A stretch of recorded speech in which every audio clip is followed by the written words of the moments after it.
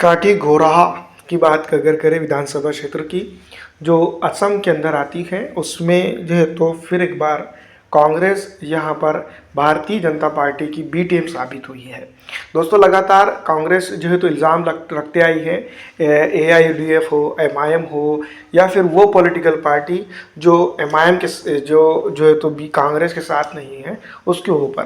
तो काटी गोरहा विधानसभा क्षेत्र की भी बात करें तो बीजेपी के प्रत्याशी यहाँ पर वोट हासिल करते हैं, जरा गौर फरमाइएगा।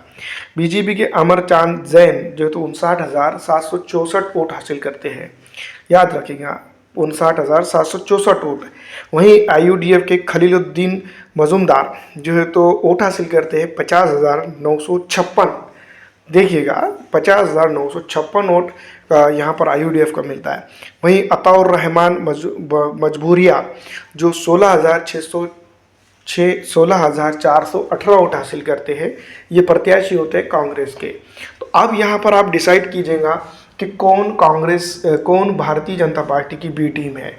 अगर यहाँ पर भारतीय राष्ट्रीय कांग्रेस पार्टी का प्रत्याशी नहीं होता तो एक बीजेपी का एक सीट कम हो जाता। ये बात याद रखिएगा कि बीजेपी का एक सीट कम होता, कांग्रेस का सीट तो नहीं बढ़ रहा, ये बात सही है, लेकिन IUDF का एक सीट बढ़ जाता, जिसके चलते IUDF की अगर बात करें तो उसका सीट बढ़ता है। तो सीधी तौर पर हम ये बात जानते हैं कि सत्ता के लिए IUDF एक तो इसके साथ जाएगा, किसके, असम कांग्रेस के साथ जाएगा, लेकिन असम बीजेपी के साथ वो नहीं जाएगा। तो ये चीज़ें सोचने की है जो कांग्रेस नहीं सोच रहा है, और ऐसी जगहों पर कांग्रेस जो तो लगातार IUDF को डैमेज करता हुआ नजर आ रहा है। और इसी तरह से अगर होता है तो ये दोनों ही सत्ता से दूर रहेंगे।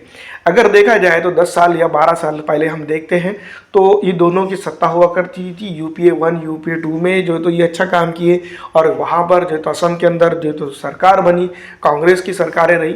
लेकिन इसके बाद क्या हालात हुए, कांग्रेस के अंदर का जो नेतृत्व है, स्थानीय नेतृत्व है यहाँ पर, वो पूरी तरह से डैमेज हुआ। और कौन सी दिशा में, असल में बीजेपी को एक स्ट्रांग करने के लिए यहाँ पर कांग्रेस ने IUDF को छोड़ा, और इसी तरह से जो तो क्षेत्रीय दल को कमज़ोर करना उनका एक अहम मकसद रहा, और इसके लिए उन्होंने बीजेपी को मजबूत किया।